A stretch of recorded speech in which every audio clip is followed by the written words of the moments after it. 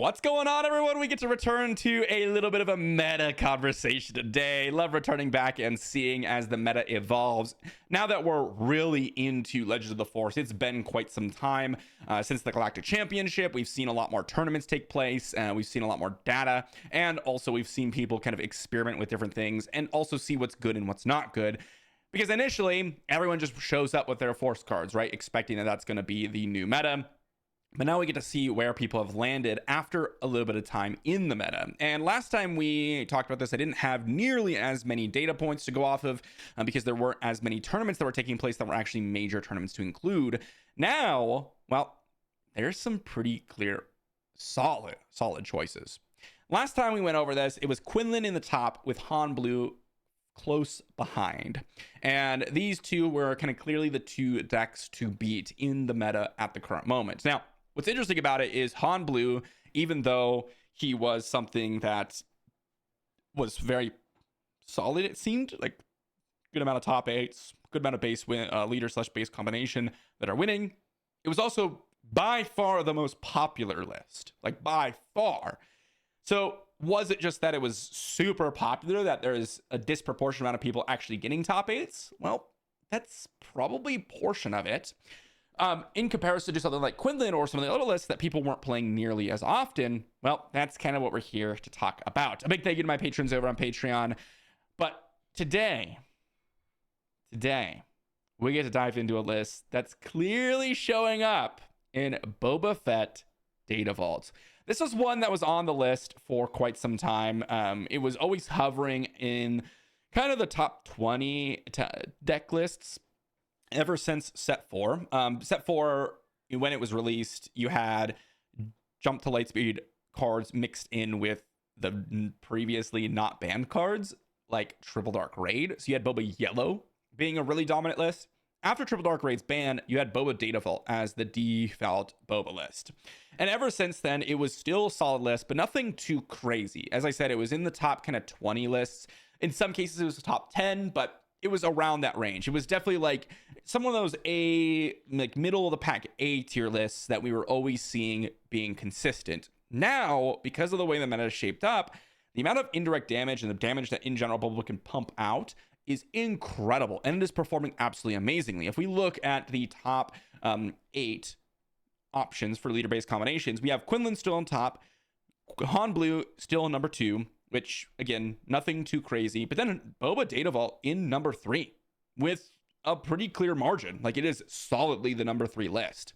Then we have things like Cad Bane Red, Sabine Green, Kylo Red, Iden Green, Vader Yellow, and Gar Saxon ECL as kind of the follow-ups.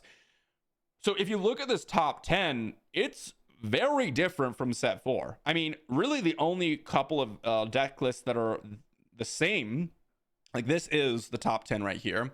We have Vader, Sabine, Cad Bane, Boba, and Quinlan. If I look back on set 4, post suspension, of course, because before suspension it was kind of an absolute disgusting group. We have, well, like I mentioned, Boba, Cad Bane. I guess Han was up there, but Han Blue wasn't there. Anakin Blue wasn't a Force deck, so very different from what it was before. Han Green, Vader Yellow, Quinlan Red, Quinlan Green, or Quinlan Red, sorry. And then Data Vault Kira was kind of the key. But now with set 5, it is significantly different. Boba Green really showing up.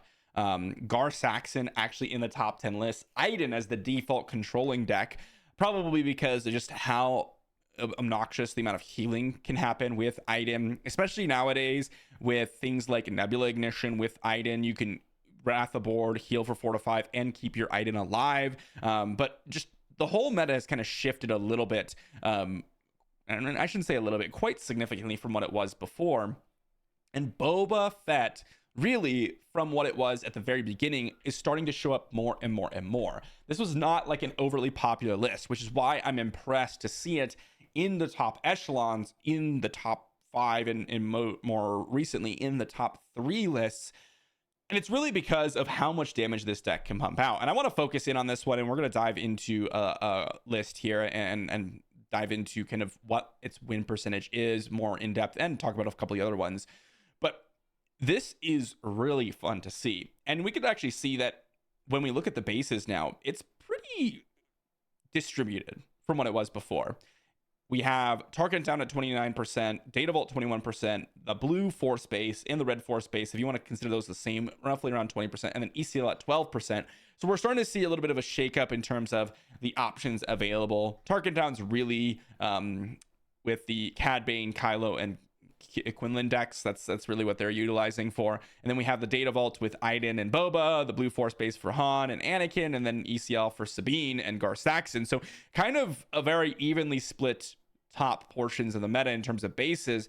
Yes, Target Town is definitely a better, significant more portion of the decks, but it's really interesting to see how significantly it's changed over the course of time. If I were to dive into the list here, I'll try to get the visual view of the Boba Fett deck, but basically you are running a very, very solid, full-on mid-range aggressive deck. So it's kind of not quite a full value-oriented list, and it's not quite this aggro deck. It's this middle ground. You have a couple of really nice units in the ground arena, but you'll notice the only really solid, late game unit that we're playing outside of some of the space units is Maul and Palpatine.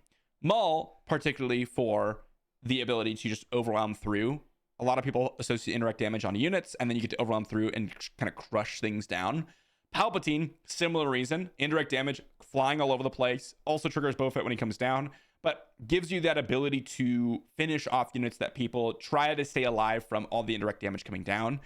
Of course, you have Devastator in the late game, but throughout the game, in the early game, we have things like First Order Stormtrooper, HK, Pride coming in and just putting on a ton of pressure on your opponent. You follow that up with things like IG-2000, Fett's Fire Spray, and you are just pumping out ridiculous amounts of just straight up damage on your opponent. I mean, Fett's Fire Spray comes down. If they have no units on the battlefield, this is a 4/4 in space for 4 that deals 3 to your opponent's base. That's insane. And that's just 3 indirect damage just because of Boba Fett. I mean, that is an incredible, incredible card. And Fett's Fire Spray has always been a card that we had to be scared about in Boba Fett. But then you also get to play some incredible events in this combination. Things like Overwhelming Barrage and Resupply to ramp you, Open Fire, very, very solid. Planetary Bombardment, getting in chunks for 12. I mean, this list is so, so powerful. It just does it all. It gives you the ability to get to the late game fast with the ramping options when that's good. It gives you the option to be that more aggressive player with Droid Missile Platform, Pride, and First Order Stormtrooper. But then you also have this mid-range game plan where you can kind of play this value-oriented game by playing just good units, dealing damage to their units, and then finishing off their whole board with Overwhelming Barrages, Boba Fett's Flip, and Planetary Bombardment. And then in the controlling matchups, because of things like Droid Missile Platform, Fett's Fire Spray, Ruthless Raider, Devastator, and Planetary Bombardment, you can crush your opponent just by playing these cards and dealing indirect damage to your opponent. It is one of the better decks up against the more controlling matchups for that reason. And if I were to dive into the matchup percentages so far, and this is including all of these current tournaments, so it's not just the Galactic Championship at this point. If we were to look at the matchups here, Boba Fett absolutely dominates. They struggle against Han Solo, which makes sense because there's some healing, a lot of just ways to outvalue Boba Fett by just aggressively putting units down. But you've got things like Talzin absolutely winning. Darth Vader, the other space deck, absolutely crushes, especially with things like IG-2000. Does incredibly well against Sabine. Very even matchup against Quinlan. Sabine, mainly because you have the extra HP, but then also can put similar pressure on your opponent as compared to Sabine. Up against things like Gar Saxon, does incredibly well. Incredibly well. And then, of course, Kira and Palpatine and just kind of these more controlling value decks. Iden, right? I mean, Iden Green is one of the better decks in the format too, and it's got a winning percentage against it because of all the indirect damage you're pumping out and being able to aggressively attack your opponent's base. I mean, if you were to look at Han, right?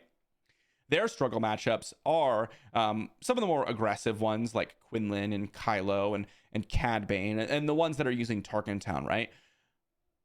And in some cases, like Palpatine, they really struggle. because they can yoink some units, but they do pretty good against Iden, similarly to Boba Fett. But then also, again, Boba Fett doesn't suffer comparatively against the Tarkin Town decks like Han does. Quinlan, if you were to look here, it's got a really good win percentage up against Han as well. And it's one of the reasons why it's winning so much, is because Han's such a popular deck. And then it just does really well up against some of the other, kind of more aggro-oriented lists, but can sometimes struggle up against the more controlling lists, like Kira.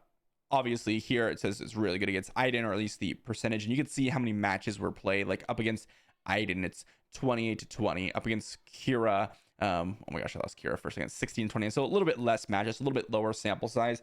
But the point here with Boba Fett is it's got this aggro potential, but then it also has a way to just guarantee damage into your opponent's base and just load up on value in certain matchups with Palpatine and Overwhelming Barrage. It's got a lot of things going for it. In fact, if you are looking for a deck that just has so many different dynamics to it and game plans up against all the different matchups, I mean, there's no like really losing matchup with the exception of Han. For this deck, really. Han is the clear loser for Boba Fett. But the rest of them, you have game against pretty much every other matchup. And most of them are pretty close. And then some of them are extremely favored as well. So definitely a deck that has really been impressing. And definitely a deck that is really something you should be taking precautions up against, worried about, something you should be thinking about. And I think that's why Han Blue will still be one of the better decks in the format. We kind of have this like, not rock paper scissors necessarily. Quinlan actually is the big winner here, because if you look at the top three, Han, Boba, and Quinlan, if you look at Quinlan, well, up against Han winning, up against Boba Fett also slightly winning. So Quinlan doing some good work. Then we have like Cad Bane and Sabine and all that other stuff, but they're significantly less played. Well, Boba Fett's going to stick in the meta because, or Han's going to stick in the meta because Boba Fett's super good. Boba Fett's going to stick in the meta because, well, it's kind of just solidly even win rate or favored up against basically everything else. And then you have Quinlan, who's just really aggressive and can get in some wins up against most decks. You have this really nice kind of three-pronged top three, where you have Quinlan, who's very much an aggro deck. You have Boba, who is very much this more mid-range value / aggro deck. So it's kind of like you have the super aggressive deck, the slightly less aggressive but still value oriented, still can put on pressure. And then you have Han, which also is similar in Boba, where you do have the aggro potential but really just has a lot of value and kind of the quintessential mid-range deck where you're drawing a bunch of cards, you got units that come down and 2-for-1 your opponent. And then as you go down, you have Sabine and Kylo, which Sabine's the hyper aggro deck. Kylo's this kind of combo finishing deck. You just have so many different options in the top echelons of the meta. And it's exciting to see all of the random decks show up and really shake up the meta. I mean, if you look at the top 10 leader and base combinations, we have a smattering of different options. We have go wide decks, we have combo finishes, we have aggro, we have mid-range, we even have control, which is Iden green at this point. You are really in a spot where you have every single option available to you, and you can win tournaments with all of them. In terms of actual converting wins, well, that's Quinlan and Boba and Han at the current moment. But as we see more and more of the meta, I'm sure this is going to change. If we look back at set 4, one of the decks that wasn't really talked about all that much, but has performed exceptionally well, is actually Rey Data Vault, which, as you can see, it wasn't played nearly as much, or wasn't in the top 8s nearly as much, and it wasn't really talked about, but it converted extremely well. And so that's one of the things that I'm kind of curious about, if there's anything going to be kind of popping up as we talk about the meta in the next coming months. I don't know, but we will wait and see. Of course, there's still the random one-ofs that can win a tournament. We got Kazuda Tarkin Town up here. We've got things like, Akbar Data Vault, Poe Data Vault, which wasn't even the Poe version that most people were playing. I mean, you just have so many different things in the meta that's super, super exciting. And so far, I have been enjoying it, and it's nice to see Boba Fett back, or maybe not, well, Boba Fett is definitely one that basically all the Fett variants have been exceptional and have been sticking near the top, with the exception of Boba Fett 2, which has never really done a whole lot. But anyways, just kind of a little bit of a brief overview of the meta, and more specifically with Boba Fett, who has been just doing some massive work in the meta. Let me know what you think in the comment section down below. What do you like? What do you not like? Is Boba Fett something that you don't want to see? Let me know. Are you tired with the Fets? Very reasonable if you are. Thanks for watching. I'll see you all for the next one.